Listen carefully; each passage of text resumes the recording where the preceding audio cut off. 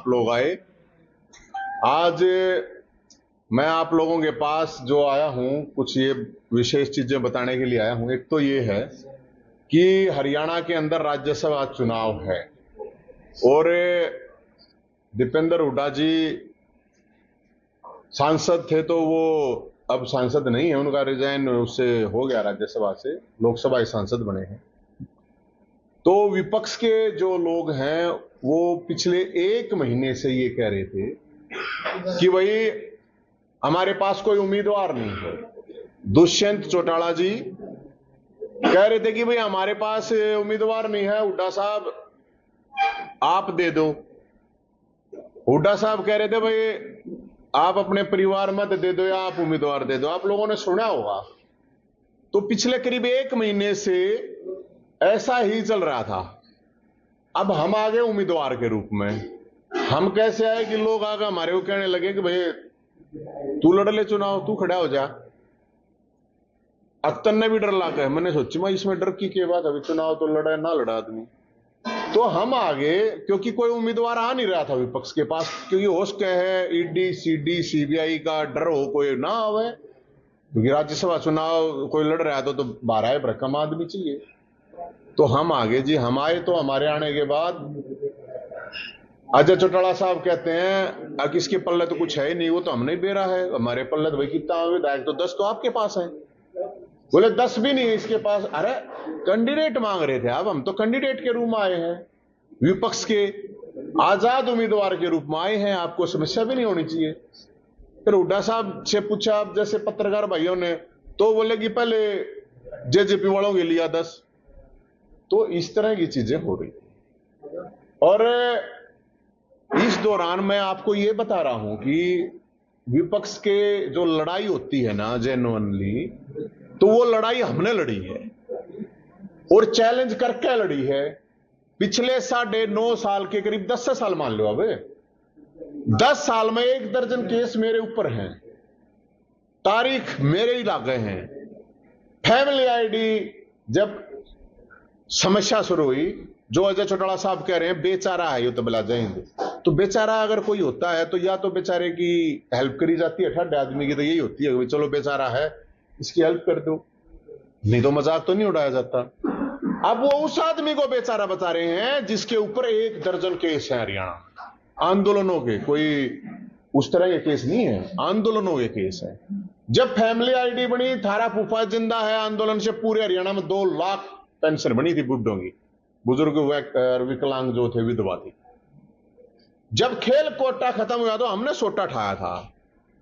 जब सीट ही नहीं हो रहा था, बेरोजगारों की बारात हमने निकाली थी, 50,000 वैकेंसी निकली थी, सीट ही हुआ था। जब परावर की जमीन 2-2 सरकारों ने दाव रखी थी, हमने फरसा ठाया था। जब सरपंच आए लठला गया तो मेरे साथ में लठला गए थे। मैं वो नहीं था मतलब वो फेसबुक पे ट्विटर पे डाल दिया और ओ हो बहुत गलत हुआ, नेता डालते नहीं ऐसे, फिर हॉस्पिटल में जाते हैं साथ में फोटो उतराते। मैं पिटने वाला था साथ में। कर्मचारियों की बात थी तो कर्मचारियों की, अलग अलग जगह किसी स्टेट में कहीं पे भी कोई भी इशू था, हमने बढ़ चढ़ के उसमें भाग लिया। और वे सारे केस मैं इसलिए दावा कर रहा हूं, अगर भाई तुम्हारे पास अगर कोई पहलवान नहीं है लड़ने वाला, अब पहलवान आ गया तो उसने साथ दो। और मैं ये बिल्कुल चैलेंज करके कह रहा हूं, मैं इसलिए कह रहा हूं ये चीज कि भाई पिछले 20 साल का रिकॉर्ड है। 20 साल का किसी को याद नहीं हो तो 2-3 साल का तो याद होगा ही भाई। 10 साल तो मैं पहले लड़ा, 10 साल ही सरकार तो लड़ा, हम तो किसी सरकार में तो रहा नहीं मैं। तो भाई दुष्यंत चौटाला साहब हैं, आप लोगों के पास आते जाते रहूंगे, मिलते होंगे। अब हो सके दुष्यंत चौटाला साहब से तो मैं कह रहा हूं अब मां का अपना बेटा 2 या 2 तो होंगे ना।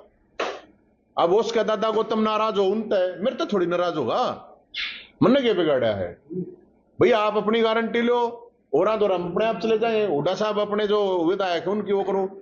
मेरा सिर्फ कहना यह है कि लड़ाई जब हमने लड़ी है, ये खट्टर साहब को अच्छी तरह पता है, मैं तो तंबू में रहूं हूं, ये डरते होंगे एडी सीडी सीबीआई जो मार ले रहा है वो डर रहेगा, हमारे तो रिश्ते है ही नहीं। तो भाई हम लड़ना तैयार है, फिर भी साथ नहीं दे रहे हैं, तो मेरे को समझ में नहीं आ रहा है। वो नुगे उस दो रजा, वो नुगे उस दो रजा। तो अभी हमारी 21 तारीख की मीटिंग, उसके बाद हमें मिलने का भी समय इनसे मांगेंगे सारे नेताओं से, और उनके पास हम जाओगे, क्योंकि हम 4-4 इंजन लड़े हैं। खट्टर साहब से लड़े, 2 इंजन सरकार तो यही थी, एसवाईएल का मुद्दा था, सारे सांप सूंघ रहे थे, कोई नहीं बोलने वाला, सुप्रीम कोर्ट डिसीजन दे चुका, लेकिन उसके बावजूद कोई सांस नहीं काटता। हम लड़े। भगवत मान साहब है, वो पंजाब का मुख्यमंत्री है कि दिल्ली का मुख्यमंत्री है केजरीवाल साहब, चार चार जना लड़ लग रहे यार। हमें कोई लड़ता हो तो बताओ। हम लड़े हैं और हमने मुद्दे ठाए हैं, चाहे मतलब उन लोगों को फायदा हुआ, हमसे डायरेक्ट बेनिफिट हुआ है। जहां कोई नहीं, आपने न्यू बता दो मैंने अगबे कोई भी अगबे, हाँ वो आपने देखा उस स्टेट में लड़ता, आगे लड़े हैं। अब तो इलेक्शन है, अब तो सब आओगे, ये नरे पोस्टरबाज नेता होंगे, अब तो लगड़ गए। मई बार आधा रोज तक राम इतने मतलब पोस्टर उतरी गए, मतलब ये जो जितने भी पोस्टरबाज हैं उनका रिकॉर्ड उठा कर देखो आप, उन्होंने पिछले 5 साल में कितनी बार जनता की लड़ाई लड़ी है। नू को पूछनिया हो नगरा कितनी बार लड़ाई लड़ी है, कोई बतानिया हो, कोई बतानिया नहीं ना कोई पूछनिया। हम तो 20 साल का सवाल और 20 साल के हिसाब मांगे जी, यही मेरी कोई पॉलिटिकल पार्टी तो है नहीं, हम तो आजाद उम्मीदवार हैं। तो आशा है, उम्मीद है अग भाई ये सपोर्ट करेंगे। और एक चीज और भी मैं कहना चाहूंगा कि ये जो चुनाव मोनोपोली है 90 विधायकों की, जैसे एमएलसी का चुनाव होता है ना, पहले अलग अलग स्टेट में हो रहा है, तो उसमें पत्रकारों की भी वोट है, डॉक्टर की भी हैं, वकील की भी हैं, सरपंचा की भी हैं, अलग अलग काफी बड़ा दायरा होता है। मुझे लगता है इस चीज का भी ये भी एक दायरा होना चाहिए। और चाहे सरपंचा की, जैसे हरियाणा पुलिस है, हरियाणा पुलिस की आप 6 महीने पहले पूछना कितनी तनख्वाह थी, अब कितनी है, कोई नहीं हरियाणा पुलिस की आवाज उठाता, हमने उठाई है। तो ये सारे के सारे जो इशू हैं, हम इन इशू को लेके हमने तो कही है भाई। अब कोई लोग ये कह रहे हैं कि मुद्दे, आपको 3 मुद्दे मैं ऐसे बताऊंगा जो कि सांप सूंघ रहा है सबको, जो हरियाणा की बहुत ज्यादा रिक्वायरमेंट है। हरियाणा एक ऐसा प्रदेश हो रहा है, उसके बाद में बने और भी लोग, ना तो हमारे पास कोई राजधानी है, हमारी अपनी कोई राजधानी नहीं है, हमारा अपना कोई हाई कोर्ट नहीं है, लाखों लोग धक्के खाते हैं, एक एक दिन पहले जाना पड़ा है, कोर्टों में चक्कर लगाने पड़े हैं। वे 25-26 जितने भी जज आ रहे हैं, तो लोग कहे भाई मुद्दे के, तो मुद्दे मैं बताऊंगा जिसके ऊपर आपने कभी कोई सुना नहीं होगा, बोलता नहीं सुना होगा। भाई हाई कोर्ट हमारा होना चाहिए कि नहीं होना चाहिए, राजधानी होनी चाहिए कि नहीं होनी चाहिए। फिर कुछ लोग कहें भाई अब ये कैसे होगा, तो पहले मुद्दे होते थे, अब नहीं है। अब मैं एग्जांपल के लिए आपको बता देता हूं, कम से कम 4-5 स्टेट ऐसे हैं जहां पे 2 हाई कोर्ट हैं, खंडपीठ बन जाती है, 2-2 राजधानियां हैं, 1-2 जगह 3-3 राजधानी है, तो भाई कोई इस पर बोलता नहीं। तो हमारे तो ये मुद्दे हैं। और एक सैनी साहब जब आपके पास आए तो आप जरूर पूछना मुख्यमंत्री जी से। जब मैं मुख्यमंत्री जी से मिला था खट्टर साहब से, तो जब हमने बेरोजगारों की बारात निकाली थी, तो उसके बाद उन्होंने तुरंत ये अनाउंस करा था कि भाई 50,000 भर्ती कराएंगे। वे बालक भर्ती नहीं हुए, शायद उनमें से 10-12 हजार की ज्वाइनिंग हुई। और जब मिले थे तो हमने ये कही थी, माँ जी आप ये भर्ती कर दो, भंडारा वंडारा करवाना हो तो वो बता दो। तो उन्होंने कहा था भाई भंडारा तैयार कर लिया, तो भंडारे का गीत हमने इसमें लेकर घूमना पड़ रहा है। मैं उस भंडारे का ऑफर सैनी साहब को भी दे रहा हूं, अगर भाई वो भर्ती कर दो आप। और 3.5 लाख बालक सीईटी क्वालिफाई हैं, उनको आप ये कह सके पढ़े लिखे बेरोजगार, उनको ज्यादा से ज्यादा मौका मिलना चाहिए। जो अब एग्जाम होंगे, मैं ये कह रहा हूं उनको सबको मौका मिलना चाहिए। और अगर आप जॉब नहीं दे सकते हो तो बेरोजगारी भत्ता दे दो, 10,000 रुपए महीना, क्योंकि पढ़े लिखे हुए बालक दुखी हो रहे हैं, ना ब्याह हो रहे हैं। आप ये ले जाते हो, रंडा पेंशन की रेंज में लेके जाओगे तो अब सारा तो देश को रंडा रहे, वो भी ठीक नहीं है बात। और वह बिना नौकरी ब्याह भी इसे होंगे तो फिर वे इसे चल लेंगे, वो भी बड़ी एक समस्या है। तो हमें मुख्यमंत्री साहब से भी हमने टाइम मांगा है कि मुख्यमंत्री साहब आप टाइम दीजिए, ये इशू है, इन इशू को लेके हम मिल रहे हैं। और इसमें एक चीज और, अभी कल मैं सुन रहा था, भगवत मान साहब कह रहे थे कि मेरी तो फिर वाह रोड़ा माचेगा। अब वो कह रहे हैं कि भाई हम हरियाणा के लिए ये करेंगे वो करेंगे। भगवत मान साहब हरियाणा के बटे हुए हैं, नहीं पता हो तो आपको, उनकी दूसरी शादी 50 साल की उम्र में कोई बटे बढ़ाना बहुत बड़ी बात होती है मैडम, गलत बात तो नहीं कह रहा ना। 50 साल के का ब्याह कर दिया तो ससुराल देखो कितनी दरिया दिल है, और अपनी ससुराल को जो हक का पानी भी नहीं दे सकता, भाई ऐसा तो बटे कितने भी ना मिल रहा, इसे बटे उगलना क्यों आ रहा है। तो एक तो मैं ये कहना चाहूंगा कि जो एसवाईएल का जो इशू है, जो पानी है, सुप्रीम कोर्ट ने कह रहा है कि हम नहीं कह रहे हैं, सुप्रीम कोर्ट ने, जब सुप्रीम कोर्ट कोई चीज कहे उससे ही बात ने कोई नहीं माना तो फिर किसकी बात पर कौन यकीन करेगा। अब छोटे छोटे मान लो छोटे कह लो उसने न्यायपालिका कोई भी है, आप डिस्ट्रिक्ट कोर्ट तो फांसी दे दें, सजा दे दें, वो भुगत नहीं पड़े है, सुप्रीम कोर्ट की कोई सुन नहीं रहा है। तो इसके अलावा हमारा तो यही है जी, अगर ये जो हमने बात रखी है ये हमारे इशू भी हैं, मुद्दे भी हैं, ये हमारा नंबर है, किसी ने सपोर्ट करनी हो 70 27 822 822। और जो चीज शायद आप लोगों के पास पहले कभी हुई नहीं होगी या की भी नहीं होगी किसी ने जानबूझ के, ये नंबर जारी करा है, हम लोगों से अपील करा, आपको लगता है जय हिंद ने लड़ाई लड़ी है तो ये 90 के 90 विधायकों के नंबर है। इनको कभी आप लोगों ने कहीं नहीं, सार्वजनिक होते ही नहीं, ये कोई देखता है बताता ही नहीं जाने के। लोगों से अपील है भाई आपको लगता है हमने लड़ाई लड़ी है तो इनके ऊपर फोन करो अपने अपने विधायकों के पास। और ये सार्वजनिक नंबर है, आपकी जानकारी के लिए बताता हूँ, एक विधायक को 15,000 रुपए मिलते हैं फोन के।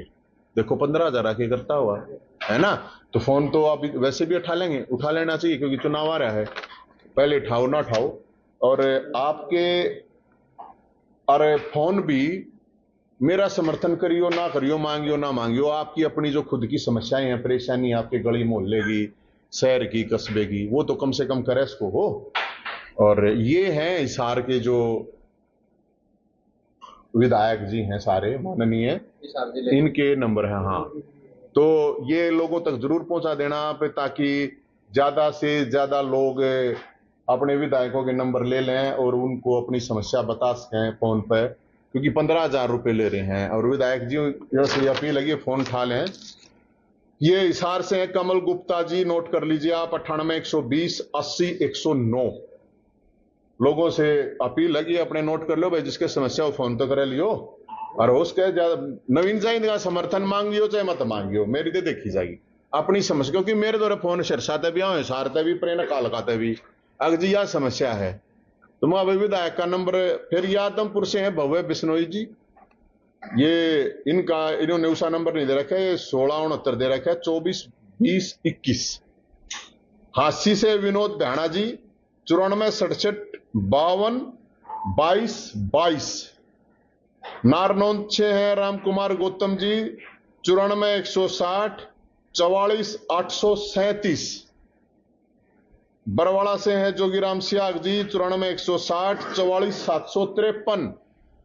उकलाना से है अनूप दानक जी, 94 169 71 065। नलवा से हैं रणवीर गंगवा जी, 94 160 00 457। और ये मैं नाम ये नंबर इसलिए पब्लिक कर रहा हूं कि इनके 15,000 रुपए महीना जनता के टैक्स के मिलते हैं। कोई मैं किसी को वैसा नहीं कर रहा हूं कि भैया कोई किसी का इस तरह का नंबर है जो खुद घर का है ना, ये आप और हमारे के टैक्स के पैसे से इनका जो है ना वो होता है। तो इसमें इन विधायक जियों से अपनी अपनी समस्या जो भी है जिसकी भी है वो जरूर भेज देना। और आपका कोई सवाल हो इसमें जी, तो मैं 2 सवाल आपसे पूछना चाहूंगा। पहले तो आपने प्रेस कॉन्फ्रेंस तो बहुत करी है, नो डाउट आप बेरोजगारों के लिए भी लड़ रहे हैं। छोड़िए, उसमें तो 4 साल हो गया, अरे इतनी पुरानी बात वो तो छोड़ दी एक बार। अब आप जो कह रहे हैं कि भाई संपर्क किससे करे क्या करे, मैं तो नहीं था भाई साहब उम्मीदवार, इनके पास उम्मीदवार नहीं था तब आया हूं। अगर मुझे पहले चुनाव का ऐसा कुछ होता तो मैं तो फिर जिस दिन ये खाली हुई सीट उसी दिन कह देता। मैं तो 1 सवा महीने देखता रहा कैसे फुटबॉल बना रहे हैं, वो कह रहा है मेरे पास कैंडिडेट नहीं है तू दे दे, वो नहीं, फिर आखिर में आगे तू अपने परिवार ते दे दे, वो बोला तू अपने परिवार ते दे दे। तो मतलब किसी के पास 100 करोड़ रुपए होंगे, कोई किसी के बाप दादा विरासत होगी, वही रहेंगे क्या? मेरे पास तो ना 100 बात जहां तक है मेरे तो सब गले संपर्क है। नाम आपने लिया, हुड्डा साहब का नाम लिया, अभय चौटाला जी का, ये आपका नाम आगे क्यों करेंगे? वो अपने बेटे को बनाएंगे या फिर हुड्डा साहब अपने बेटे को बनाएंगे? अगर नहीं देखे सारे देखे थी तो ये लंगोटी देखो ऐसे घुमा रहे हैं। हम पहले नंबर की छुट्टी किस चीज में? संघर्ष की। भाई कोई बताओ, मेरे ऊपर इतने केस हुए, मेरे पास 100 बार मेरे घर में पुलिस गई है, इनके क्यों ना हो रहा है, क्यों ना गई? मैं तो अपने संघर्ष के दम पे कह रहा हूं, मैं और कुछ नहीं कह रहा हूं। और इनके पास कोई पहलवान हो तो लिया हो ना, आप ढूंढो, आपको इन तक तारो कोई बराबर में पहलवान। 20 साल में 21 साल हो गए लगातार मैंने, 1 साल चौटाला साहब मुख्यमंत्री, 10 साल हुड्डा साहब, 10 साल में 20 साल में पार्टियों ने अपने स्टैंड बदल लिए। नेताजी से कई देख लिए मैंने, वो पहले उस पार्टी में एमपी एमएलए था, ईब दूसरे में एमपी में, कई आने दे लुगाई भी बदली, 2-2 3 दिन ब्याह कर लिए 20 साल में। मैं तो एक अपने स्टैंड पे खड़ा हूं आज भी, ठीक है ना। इसलिए कह रहा हूँ भाई साहब, कोई कैंडिडेट हो तो तरवा दो बेशक। राव गांव सिंह के अभी रेड बढ़ी है महेंद्रगढ़ गुड़गांव में, करोड़ों रुपए का मामला है। कांग्रेसी कह रहे जो राजनीतिक रंग दिया जा रहा है इसको लेकर कर रहे, आप कैसे देखते? देखो ये मैं इसीलिए तो कह रहा हूँ ना भाई साहब, हो सकता है इसीलिए कोई उम्मीदवार नहीं आ रहे हो। 12 पैसे वाला आदमी अब 100 करोड़ ऐसे तो कमाए नहीं जा, ईमानदारी से तो किसी के महल खड़े होते नहीं है, उन्हें तो अपना काम में चलाना पड़े है। ये जो माल कमा रहे हैं, लूट रहे हैं, वो डर रहे हैं, इसलिए तो मेरा कोई डर नहीं है। जब तो मैं कहूँ भेज दो, ईडी सीडी सीबीआई मेरे दर भी भेज दो। अब ये न्यायालय का मामला हो जाता है, कोर्ट में मामला जाता है। अब कोई ये कहना ये तो राजनीति में कहा ही जाता है। अब वो सही है या गलत है तो वो तो तय एजेंसी करेगी, और एजेंसी के बाद एजेंसी का तो प्रयोग हो सके, फिर आप कोर्ट पे तो सवाल नहीं उठा सकते ना, कोर्ट तय करेगा। मैं तो नहीं, सब पे छापे पड़ने चाहिए, एक भी नहीं बचना चाहिए, चाहे वो कांग्रेस का हो चाहे बीजेपी या किसी भी पार्टी का हो, सब के ऊपर छापे पड़ने चाहिए। सारे माल दाब रहे हैं, नहीं बेरा होता आपने, कोई ना बच रहा, सब पे पड़ने चाहिए। इनके सबके नार्को टेस्ट होने चाहिए, इनकी सारा ही ब्रेन मैपिंग होनी चाहिए, इनने सब ने झूठ बोलने की मशीन पे ये बैठाने चाहिए, ताकि मेरा पार्टनर उनका सब का लाइव करना चाहिए, ताकि वो झूठ बोलने की मशीन पे बैठा है, सारी मीडिया होनी चाहिए, उससे पूछो सवाल में। आप एसवाईएल को लेकर के चंडीगढ़ तक ये मैं बता देता हूँ, 2023 अक्टूबर में फाइनल फैसला आया है। ये फैसला तो 2002 में भी आया था, लेकिन फिर वो होता ना रिव्यू पिटीशन, फिर उन पंजाब गवर्नमेंट ने कुछ अपना वो कर दिया गब रेजुलेशन। 2023 अक्टूबर में 5 जो जज होते हैं ना, उनकी जो संवैधानिक पीठ है उसने फैसला दिया, और उसने क्या दिया है एग्जैक्ट वर्डिंग, कि पंजाब सरकार इस नहर का निर्माण कराए, अगर ये नहीं कराती है तो केंद्र सरकार कराए, अगर वो भी नहीं कराती है तो हमें खुद कराना पड़ेगा। इसलिए सरकारों को, हम सैनी साहब को भी कह रहे हैं, खट्टर साहब को भी कह रहे थे, सारे नेताओं को कह रहे हैं, भाई आप जाते क्यों नहीं सुप्रीम कोर्ट में, जाकर आगे बैठते क्यों ना सुप्रीम कोर्ट के। एसवाईएल का मुद्दा फाइनल अब हुआ, वैसे तो पहले भी था, मैं तो पहले भी कह रहा था, मेरे ठाकर देख लो बयान, पहले आगे बयान देख लो, हम तो उस टाइम पे भी क्या करते।